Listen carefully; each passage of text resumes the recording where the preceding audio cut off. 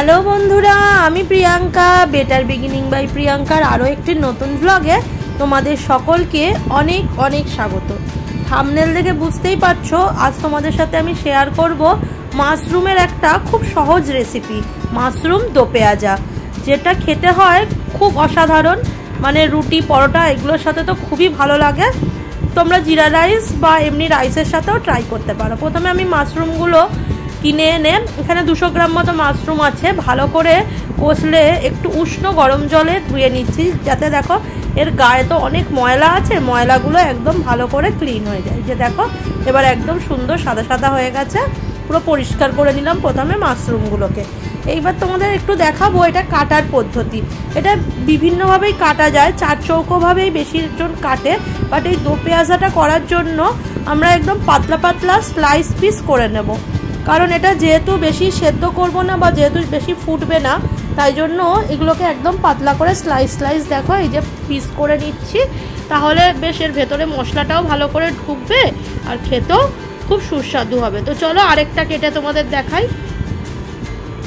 এই যে দেখো সবগুলোকে এবার আমি এরকম স্লাইস করে পিস করে নেব। খালি পিছনের দিকটা একটু কেটে বাদ দিয়ে দিতে হবে, তাতে সেদ্ধটা বেশি ভালো হয়। নুন মশলাগুলো আর এরকম পাতলা স্লাইস পিস করে নিলে এর মধ্যে মশলা, নুন, তেলগুলোও কিন্তু খুব ভালোভাবে মিশে দেয়। তো চলো রান্নাটা শুরু করি।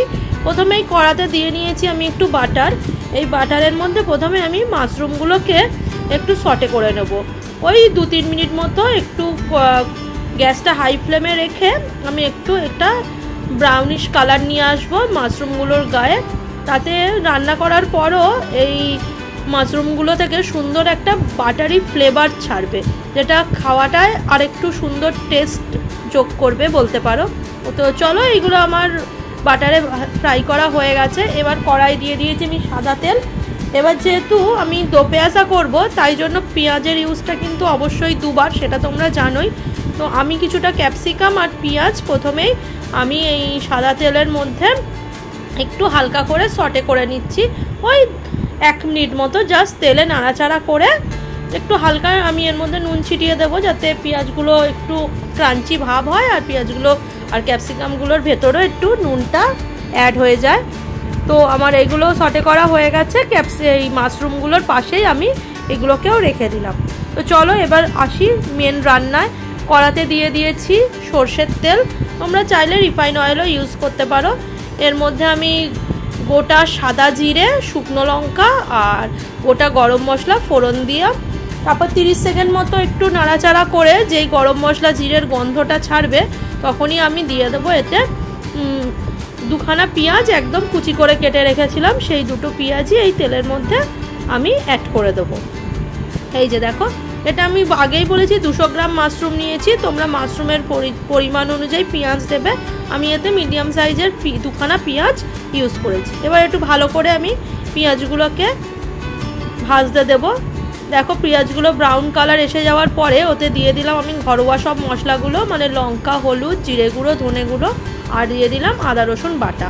এবার এগুলোকে খুব সুন্দরভাবে আমি খুন্তির সাহায্যে মিশিয়ে নেব। পেঁয়াজটা দেখো একদম ভেজে কিন্তু ব্রাউনিশ কালার এসে গেছে। তোমরা কিন্তু এই রেসিপিটা অবশ্যই ট্রাই করো, আর স্কিপ না করে প্রত্যেকটা স্টেপ আমি যেরকমভাবে দেখাচ্ছি সেরকমভাবে দেখতে থাকো, তাহলে কিন্তু এর স্বাদটা হবে অসাধারণ। এই যে দেখো, এইবার দেখো মশলাগুলোর গা থেকে তেল ছাড়তে শুরু করেছে। এবার আমি অ্যাড করলাম পেস্ট করে রাখা টমেটো। এর সাথে আমি 2টো কাঁচা লঙ্কাও পেস্ট করে রেখেছি, কিন্তু তোমরা ঝালটা অবশ্যই নিজেদের স্বাদ অনুযায়ী দেবে, কারণ একবার শুকনো লঙ্কা ইউজ হয়েছে, একবার গুঁড়ো লঙ্কা ইউজ হয়েছে, তো তোমরা বুঝে কাঁচা লঙ্কা অ্যাড করবে। এরপরে একটু তেল ছেড়ে আসতেই দিয়ে দিলাম পরিমাণ মতো নুন আর চিনি, আর আমি হালকা একটুখানি জল দিয়ে ভালো করে কষিয়ে নিচ্ছি, নাহলে মশলাটা খড়ে যাবে বা তলা ধরে যেতে পারে, একটা ধরা ধরা গন্ধ ছেড়ে যাবে। তাই জন্য আমি অল্প করে একটুখানি জল দিয়ে মশলাটাকে ভালো করে নাড়ছি। এবার দেখো কি সুন্দর কালারেশনটা এসছে আর তেলও ছেড়ে দিয়েছে। ফেটিয়ে রেখেছিলাম 100 গ্রাম মতো টক দই। এবার সেই টক দইটাকে আমি এই মশলার সাথে সুন্দর করে অ্যাড করে দিচ্ছি। কালারটা দেখো কিন্তু চমৎকার এসছে। আমি যেরকম স্টেপগুলো করলাম তোমরা কিন্তু পরপর এইভাবেই স্টেপগুলোকে ফলো করতে থেকো, দেখো খুবই সুন্দর হয় খেতে। অবশ্যই একবার ট্রাই করো বাড়িতে। এবার মশলাটা থেকে একদম মশলাটা আমাদের রেডি, তেল ছেড়ে দিয়েছে, কালারও সুন্দর বেরিয়েছে। কিছুটা দিলাম আমি জল অ্যাড করে, আমার যতটা পরিমাণ গ্রেভি লাগবে সেই অনুযায়ী, তবে বেশি জল দিলে ভালো হবে না খেতে, অল্প কিছুটা জল দেবে, এই জিনিসটা একটু মাখামাখাই ভালো লাগে। এবার জলটা ফুটতে শুরু করলে আমি একটু খুন্তি দিয়ে নাড়াচাড়া করে মশলাগুলোকে জলের সাথে একবারে মিশিয়ে নিচ্ছি। দেখো এবার জলটা ফুটতে শুরু করেছে, এর মধ্যে আমি দিয়ে দেবো সটে করে রাখা ক্যাপসিকাম আর পেঁয়াজ আর মাশরুমগুলো দিয়ে এবার আমি একটু ভালো করে সুন্দর করে নাড়াচাড়া করে নিচ্ছি। এই যে দেখো মাশরুমগুলোকে দিয়ে এবার আমি এটা একটু হতে দেবো 5 মিনিট মতো, তাতে মাশরুমগুলো একটু সিদ্ধ হয়ে যাবে, পেঁয়াজ ক্যাপসিকামগুলোও সিদ্ধ হয়ে যাবে এবং ওগুলোর মধ্যে মশলাটাও ভালোভাবে ইনট্যাক্ট হয়ে যাবে। এবার অনেকটাই হয়ে এসছে, দেখো সুন্দরভাবে ফুটে উঠেছে। এবার আমি চাপা দিয়ে বললাম যেরকম 5 মিনিট রান্না করার পরেই দেখো রেডি আমাদের মাশরুম দো পেঁয়াজা। আর ছড়িয়ে দিচ্ছি ওপর থেকে গুঁড়ো গরম মশলা আর দিয়ে দেবো একটু কসুরি মেথি।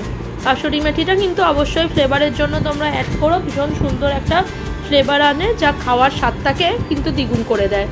আর দেখো কালারটাও কি সুন্দর এসছে, থিকনেসটাও একদম অরিজিনাল এসছে। এই যে দেখো আর একটু কিন্তু এটা এখন গরম আছে বলে যখন খাবে তখন দেখবে আর একটু এটা বসে গেছে। এই যে দেখো আমাদের মাশরুম দো পেঁয়াজা একদম রেডি।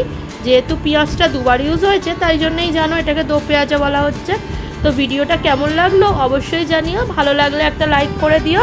তো চলো দেখা হবে আবার নেক্সট ব্লগে। টাটা বন্ধুরা, ভালো থেকো সবাই।